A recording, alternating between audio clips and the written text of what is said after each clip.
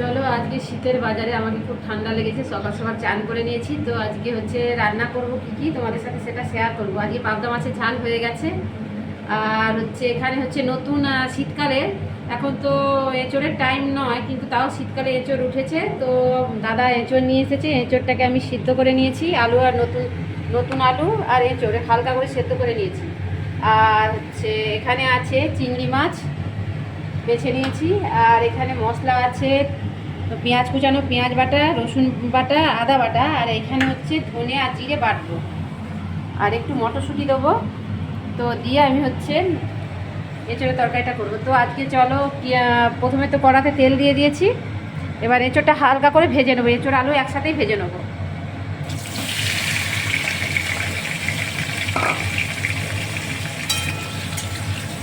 সেদ্ধ করার পর অনেকে মানে ভাজতেও পারে, না ভাজতে পারে, তো আমি একটু হালকা করে ভেজে নেবো। হালকা হালকা ভাজা হয়ে গেছে, এবার এগুলো তুলে নেব।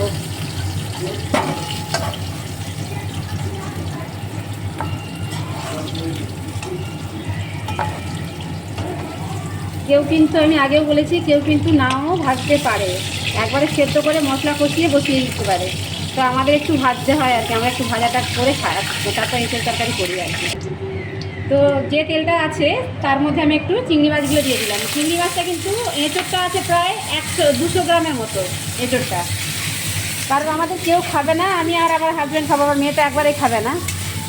তো হচ্ছে তার সাথে চিংড়ি মাছ আছে 150 গ্রাম, বড় বড় চিংড়ি। 200 গ্রামের হচ্ছে এঁচড়, 200 থেকে 250 গ্রাম এঁচড়। আর চিংড়ি মাছ হচ্ছে তোমার হচ্ছে 150 গ্রাম। এবার যেমন যার যেমন যতটা থাকবে এঁচড়, সেই অনুযায়ী চিংড়ি মাছটা দেবে। তো আমাদের চিংড়ি মাছটা দিচ্ছি 150 গ্রামে। তো চিংড়ি মাছ কিন্তু আমরা বেশি ভাজবো না, হালকা ভেজে তুলে নেবো, কারণ শক্ত হয়ে যায় চিংড়ি মাছটা বেশি ভাজলে। তার জন্য হালকা করে ভাজবো, ভেজে তুলে নেবো। আলাদা কোনো জায়গাতে তুলছি না, এঁচড়ের মধ্যেই তুলে দিচ্ছি, কারণ যখনই আমি মশলাটা কষবো এঁচড় আর চিংড়ি মাছ একসাথে দিয়েই কষবো। তেলটা তো বেঁচে গেছে, দেখো কড়াতে তেল আবার রয়ে গেছে, তার মধ্যে আর একটু তেল দেবো। এঁচড়ে তো একটু তেল লাগে না, তো ওই তেলের মধ্যে আমি হচ্ছে অল্প করে একটু গোটা গরম মশলা ফোড়ন দেবো। গোটা গরম মশলা আছে, গোলাপের পাপড়ি আছে, তোমার হচ্ছে জায়ফল জয়িত্রী আছে, শুকনো লঙ্কা, জিরে আছে, সব দিয়ে দিলাম।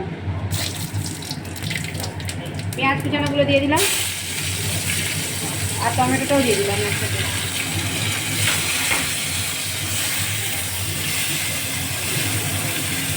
এর সাথে অল্প করে একটু লবণ দেবো, যাতে পেঁয়াজটা ভাজা হয়ে যায়। আমি এঁচড় যখন সেদ্ধ করেছিলাম তখন কিন্তু লবণ দিয়ে আর হলুদ দিয়ে সেদ্ধ করেছিলাম।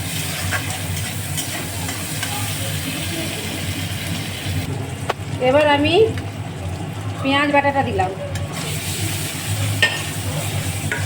পেঁয়াজের যে বাটার যে গন্ধটা, সেটা যতক্ষণ না যায় ততক্ষণ নাড়াচাড়া করতে হবে। কিন্তু পেঁয়াজ বাটার গন্ধটা যতক্ষণ না যায় ততক্ষণ অবধি নাড়াচাড়া করতে হবে।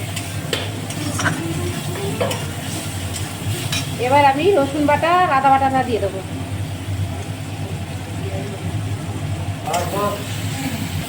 এবার এর মধ্যে একটা একটা করে মশলা দেবো। সেটা হচ্ছে হলুদ গুঁড়ো দেবো, গুঁড়ো দিলাম, লঙ্কা গুঁড়ো দিলাম। ঝালটা যে যার পরিমাণ মতো দেবেন।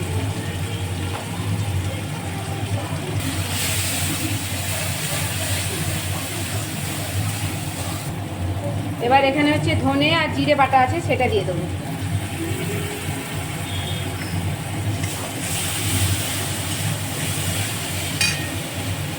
একটু মশলা ধোয়া যে জলটা, সেটা দিয়ে দিলাম। এবার যতক্ষণ না তেলটা ছেড়ে আসছে ততক্ষণ অবধি এরকম নাড়াচাড়া করতে হবে। নাড়াচাড়া করতে করতে আমি 2-4টে মটরশুঁটি এর মধ্যে দিয়ে দেবো। আর এখন নতুন নতুন শীতকালে মটরশুঁটি উঠেছে, খেতেও ভালো লাগে।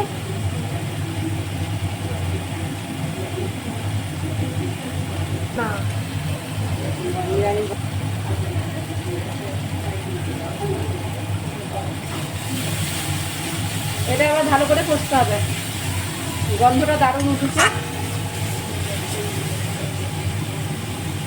দারুণ গন্ধ।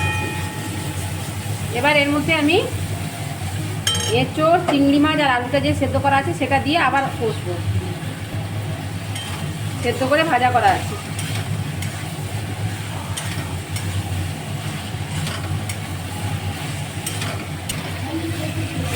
এবার যত বেশি কষবেন তত হচ্ছে এটা খেতে ভালো লাগবে। যে কোনো জিনিস যত কষবেন তত হচ্ছে এর টেস্ট বাড়বে।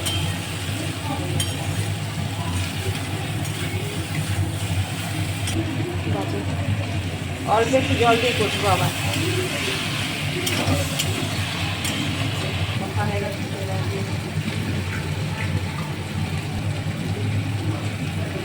এটা কষা হয়ে গেছে, এবার আমি জল দিয়ে দেবো।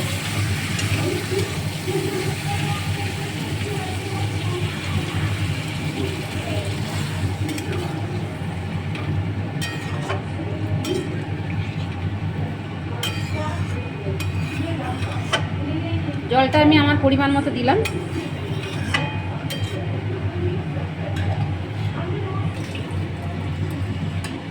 অল্প করে ধনেপাতা কুচানো দিয়ে দিলাম।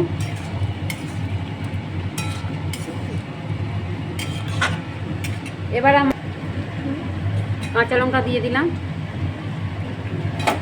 এবার আমার রান্না কমপ্লিট, এবার আমি নামিয়ে দেবো।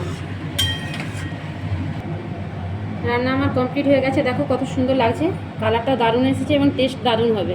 আপনারা শুধু একবার করে খেয়ে দেখুন।